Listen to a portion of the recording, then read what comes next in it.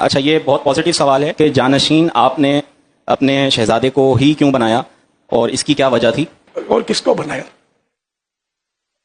نہیں، آپ کی نظر میں ان سے کوئی بہتر ہے تو اپنے اس پہ غور کر لیتے ہیں. نہیں، میرے لیے کوئی ان سے زیادہ پاورفل بہتر ہے آپ کے پاس تو نام پیش کریں، لسٹ پیش کریں، غور کریں گے یار. ویسے بھی الحمدللہ یہ درس نظامی سے مشرف ہے، مدنی ہے، پھر ان کی معلومات بھی آپ لوگوں کے سامنے ہی ہوگی.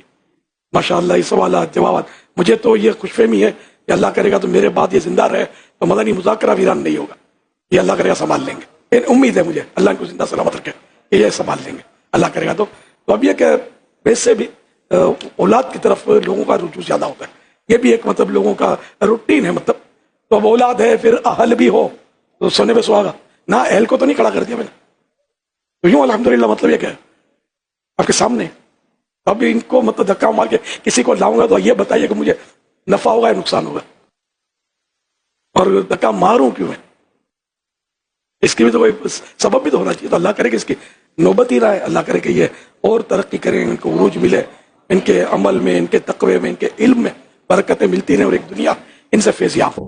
ہر بندے کی خواہش ہوتی ہے کہ اس کا اپنا بیٹا ہی آگے آئے، اور میں سمجھتا ہوں اس معاملے میں الیاس قادری صاحب معذور ہے. صرف الیاس قادری صاحب کو کرٹیسائز کرنا بریلویوں کی طرف سے یا دیوبند کی طرف سے یہ بالکل غلط ہے، یا اہل حدیث کی طرف سے. اس کی وجہ یہ کہ آپ سب کے جو بڑے تھے وہ یہی کچھ کرتے تھے. وہ بخاری میں موجود ہے. پھر حضرت معاویہ نے ڈیوٹی لگائی کہ ٹھیک ہے پھر یزید کے لیے بیعت لینی شروع کرو میری زندگی میں، اور وہ بیعت لینا شروع کر دی. مروان نے مدینے کے ممبر پہ چڑھ کے مسجد نبوی کے اندر خطبہ دیا باقاعدہ، اور حافظ ابن کثیر نے سورۃ الاحقاف پارہ نمبر 26 کی آیت نمبر 17 کے کانٹیکسٹ میں یہ بخاری کی حدیث 4827 اور اس کے سارے ترک ایک جگہ جمع کیے ہیں باقی کتابوں سے. امام بخاری نے تو مختصر وہ روایت نقل کی، بس اتنے الفاظ نقل کیے کہ مروان نے کہا کہ اللہ تعالیٰ نے امیر المومنین کو یہ بات سجھائی ہے امت کے وسیع تر مفاد میں، وہی میرے عزیز ہم وطنوں، وہی شاید شروع تو ہی چل رہی ہے میرے عزیز ہم وطنوں. تو وہ چاہتے ہیں کہ اپنے بعد اپنے بیٹے کو نامزد کر دیں، جیسا کہ حضرت ابو بکر نے بھی تو عمر کو نامزد کیا تھا. اندازہ کرو بھی عمر کو بیٹا تھا حضرت ابو بکر کا، اور دوسرا وہ صحابہ کا مشورہ تھا، اور وہ وہاں تو حضرت ابو بکر کے اپنے بیٹے عبد الرحمن بن ابی بکر موجود تھے، ان کو نہیں منایا. تو عبد الرحمن بن ابی بکر کھڑے ہو گئے، انہوں نے کہا سیدھا کہہ تیرا امیر المومنین کیسو کسنا کے طریقے پہ چل رہا ہے، ابو بکر عمر کے طریقے پہ نہیں.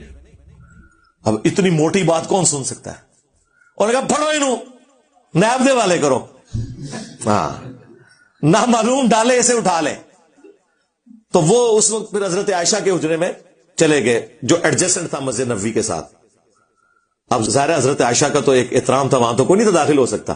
تو مروان نے باہر سے ہی کہا کہ اے ابو بکر کے بیٹے تیرے بارے میں تو قرآن کی آیت نازل ہوئی ہے کہ یہ اپنے ماں باپ کو کہتا ہے کہ جو تم کہتے ہو مجھے مرنے کے بعد دوبارہ زندہ کیا جائے گا، یہ اگلے لوگوں کی کہانی ہے. ابو بکر کے بیٹے یہ تو تھا جو اپنے ماں باپ کے ساتھ لڑا کرتا تھا، تو تھا اس وقت وہ کافر، نعوذ باللہ. یعنی وہ کسی کے بارے میں آئی تھی پکڑ کے عبد الرحمن بن ابی بکر پہ، اور عبد الرحمن بن ابی بکر وہ حضرت عائشہ کے بھائی ہیں جس میں ماں بھی کامن ہے باپ بھی کامن ہے. باقی جتنے آپ کے جو بھائی ہیں محمد بن ابی بکر اس میں والدہ ڈیفرنٹ ہے، یہاں پہ ماں بھی وہی ہیں.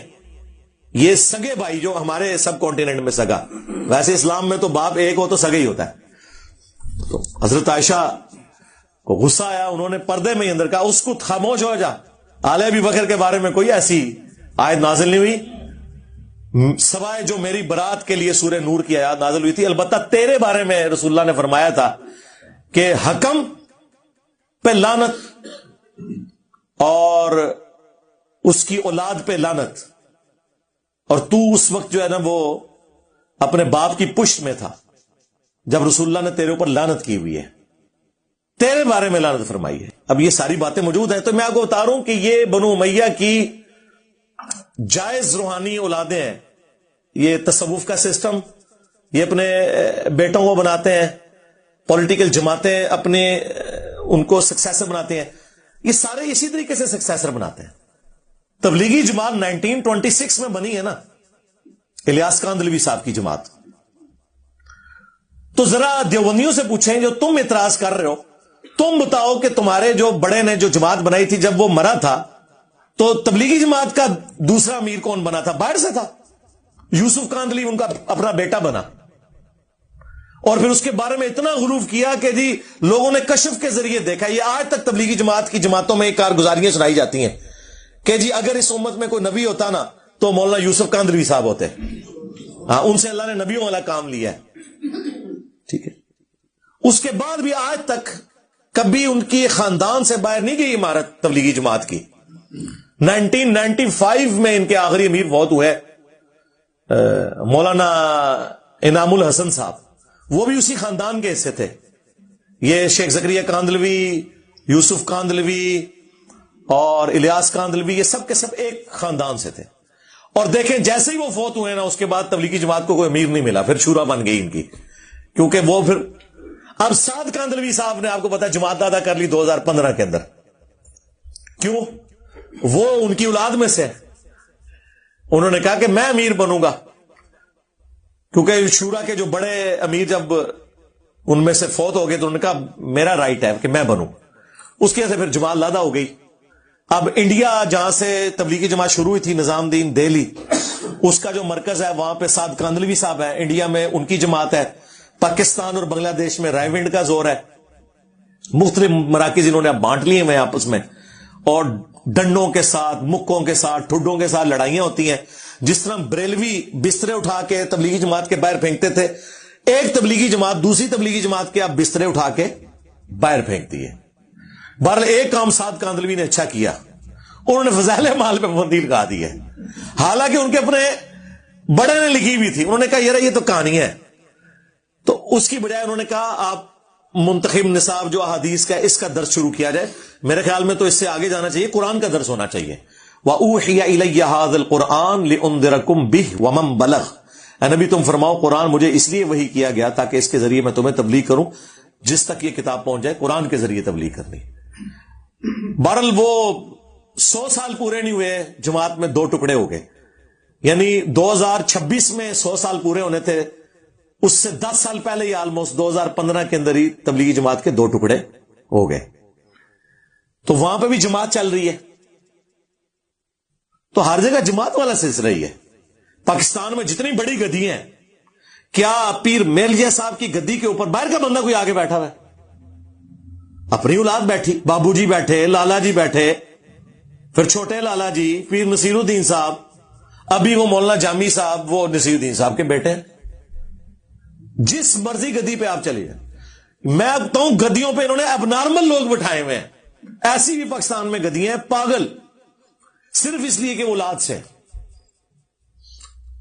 اکثر کو تو میں کہتا ہوں آپ نماز سنیں نا، نماز بھی نہیں آتی. ترجمے کی بات نہیں کر رہا، ترجمے تو اکثر کے بڑوں کو بھی نہیں آتے، خالی نماز بھی نہیں آتی عربی میں، وہ آپ کو صحیح نہیں سنا سکتے، بیٹھے ہوئے. الیاس قادری صاحب نے اگر اپنے بیٹے کو بنا دیا تو وہ تو انہوں نے ان سے پوچھا گیا کہ یہ بتائیں، انہوں نے کہا اس سے زیادہ کوئی اہل ہے تو مجھے بتائیں. اب وہ جواب یہ دے رہے ہیں اس ماڈرن دور میں جب ڈیموکریٹک ویلیوز ہیں، لوگ قرآن و سنت سمجھ گئے ہیں، اور وہ جانتے ہیں کہ نبی الاسلام نے اگر رسول اللہ نے یہ کام کرنا ہوتا تو حضرت علی کو نہ بنا کے جاتے اپنی جگہ. رسول اللہ نے تو نہیں یہ کیا، امت پہ چھوڑا ہے، امت نے حضرت ابوبکر کو چن لیا. میں آپ کو بتاؤں سارے پیر خانے یہی کام کرتے ہیں، ساری جماعتیں یہی کرتی ہیں. صرف الیاس قادری صاحب کو سنگل آؤٹ نہیں کرنا چاہیے. اور پھر انہوں نے کہا جی بتاؤ اس سے زیادہ اہل کون ہے؟ آپ مجھے بتائیں ان کا کون سا مرید ہے جو کہ میں اس سے زیادہ اہل ہوں. پھر انہوں نے کہا اس سے بڑھ کر یہ عالم دین ہے. اور الیاس قادری صاحب خود 8 پاس تھے ہیں، اللہ تعالیٰ انہیں زندگی دے صحت والی، مرنے سے پہلے ہدایت بھی نصیب فرمائے.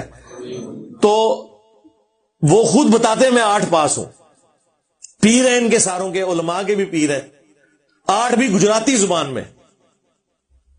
اور وہ کہتے ہیں بھئی اس کے لیے کوئی ضرورت تو نہیں ہے عالم دین ہونے کی. وہ کہتے ہیں بارے شریعت میں لکھا ہوا ہے، وہ بالکل میں ان کے ساتھ ہوں اس مسئلے میں. وہ کہتے ہیں جو بندہ اپنے ضرورت کا دین کتابوں سے پڑھ کے مسائل اخذ کر لے وہ پیر بھی بنے گا، وہ لیڈر بھی بنے گا. اور یہ میں آپ کو بتاؤں ان پرنسپل یہی لکھا ہوا ہے تصوف کی کتابوں میں بھی اور فقہ کی کتابوں میں بھی.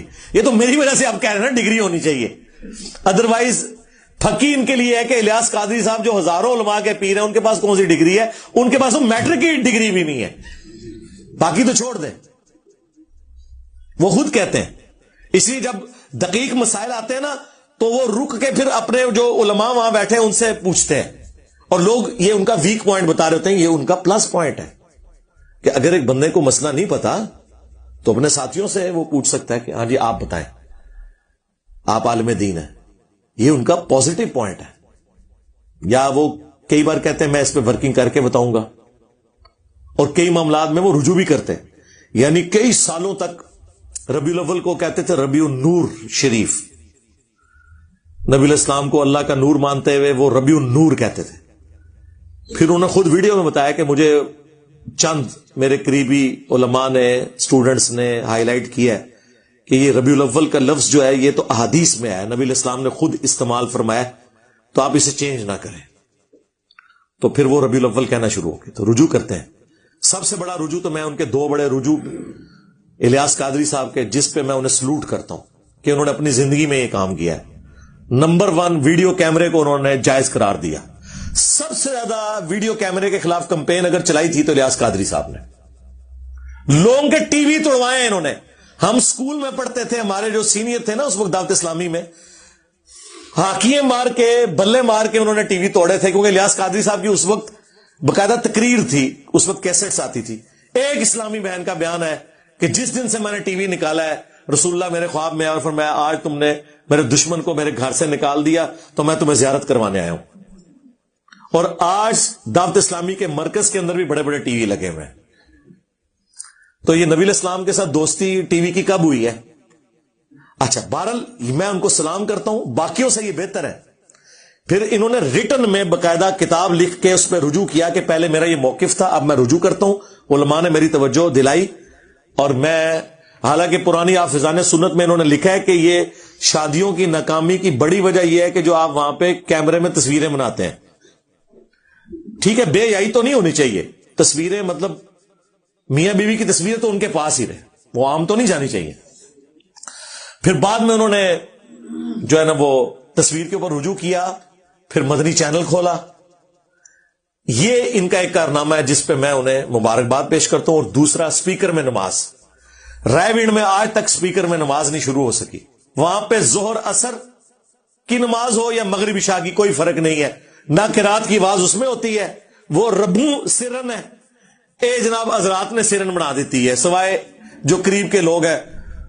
1-1.5 لاکھ کا مجمع ہے اسپیکر. اچھا, تقریر اسپیکر میں, دعا اسپیکر میں, اعلان اسپیکر میں, نماز اور اذان جو ہے وہ بغیر اسپیکر کے. یہ کون سا دین ہے؟ الیاس قادری صاحب نے 2001 میں جرت کی. انہوں نے حالانکہ اس وقت ان پہ بڑا اعتراض ہوا کہ آپ تو اعلی حضرت کے ماننے والے ہیں. اعلی حضرت احمد بریلوی صاحب کا تو فتویٰ تھا تصویر کے خلاف بھی اور اسپیکر کے خلاف بھی, وہ مرتے دم تک اس فتوے پہ قائم رہے ہیں.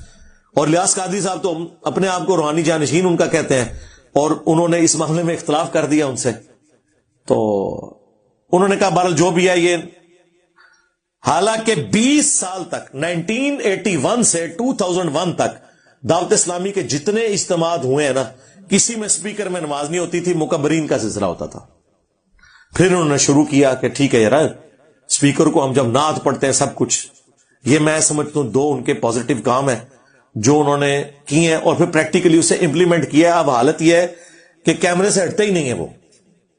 ایون نماز پڑھ رہے ہو تو لوگوں نے سامنے کیمرہ رکھا ہوتا ہے. اتنا بھی غلوف نہیں ہونا چاہیے, بعض جگہ پھر غلوف کر جاتے ہیں.